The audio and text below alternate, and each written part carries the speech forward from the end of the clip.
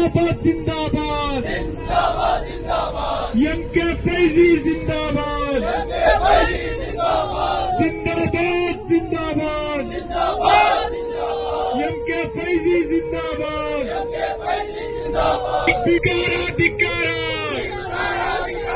ಕೇಂದ್ರ ಬಿಜೆಪಿ ಸರ್ಕಾರಕ್ಕೆ ಧಿಕ್ಕಾರ ಧಿಕ್ಕಾರ ಗಡಿಪಾರ ಅಮಿತ್ ಶಾಗೆ धिक्कार मकसद क्या है तो हमारे नेशनल प्रेसिडेंट एमके फैजी साहब को ईडी अरेस्ट कर को है, इसके वास्ते हमें जवाब एहतजाज कर रहे हैं। ನಿಮ್ಮ ಏನು ಅಮೆಂಡ್ಮೆಂಟ್ ಬಿಲ್ ಪಾಸ್ ಮಾಡಿದ್ರೆ ಅದನ್ನ ಹಾಲ್ದಾಗ ಹಾಕಿರೋದು ಇಲ್ಲೇ ಇದೇ ಜಾಗದಲ್ಲಿ ವಾಪಸ್ ಹಾಕಿದಿರಿ. ಈ ಕಿಚನ್ ನಾವು ಈ ರಾಷ್ಟ್ರ ತಗೊಂಡೋಗ್ತಾ ಇದ್ದೀರಿ.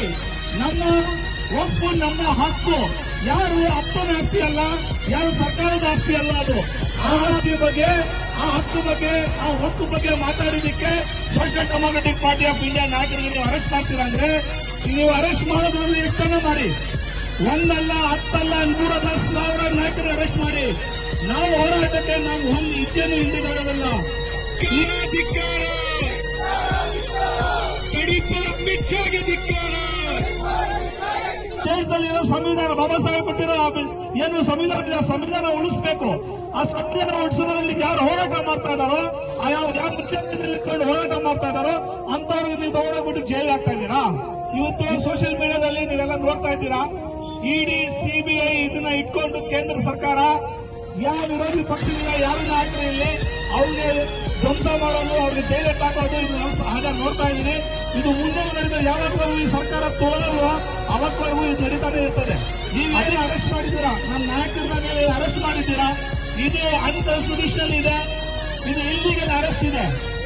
ನೀವು ಒಂದು ನೋಟಿಸ್ ಇಲ್ದಿರಾ, ಒಂದು ಫೆಬ್ರವರಿ ಒಂದು ಇಂಟಿಮೇಟ್ ಇಲ್ದಿರಾ, ಒಂದು ನ್ಯಾಷನಲ್ ಪಾರ್ಟಿಯ ಅಧ್ಯಕ್ಷರನ್ನ ನೀವು ಅರೆಸ್ಟ್ ಮಾಡ್ತೀರಾ ಅಂದ್ರೆ ನಿಮ್ದು ಎಷ್ಟು ದುರಂಕಾರ ಇದೆ, ನಿಮ್ದು ಎಷ್ಟು ಹಿಟ್ಲರ್ಶಿಪ್ ನಡೆಸ್ತಾ ಇದ್ದೀರಾ ಅಂತ ಹೇಳ್ಬಿಟ್ಟು ಜನರಿಗೆ ಗೊತ್ತಾಗ್ತಾ ಇದೆ.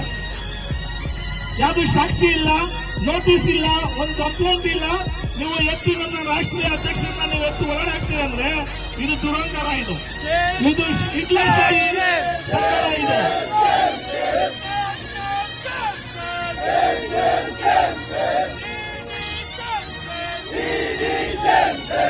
ಇನ್ ಬಿಜೆಪಿ ಸರ್ಕಾರದಲ್ಲಿ ಅಬೌವ್ 50% ಭ್ರಷ್ಟಾಚಾರಿಗಳಿದ್ದಾರೆ.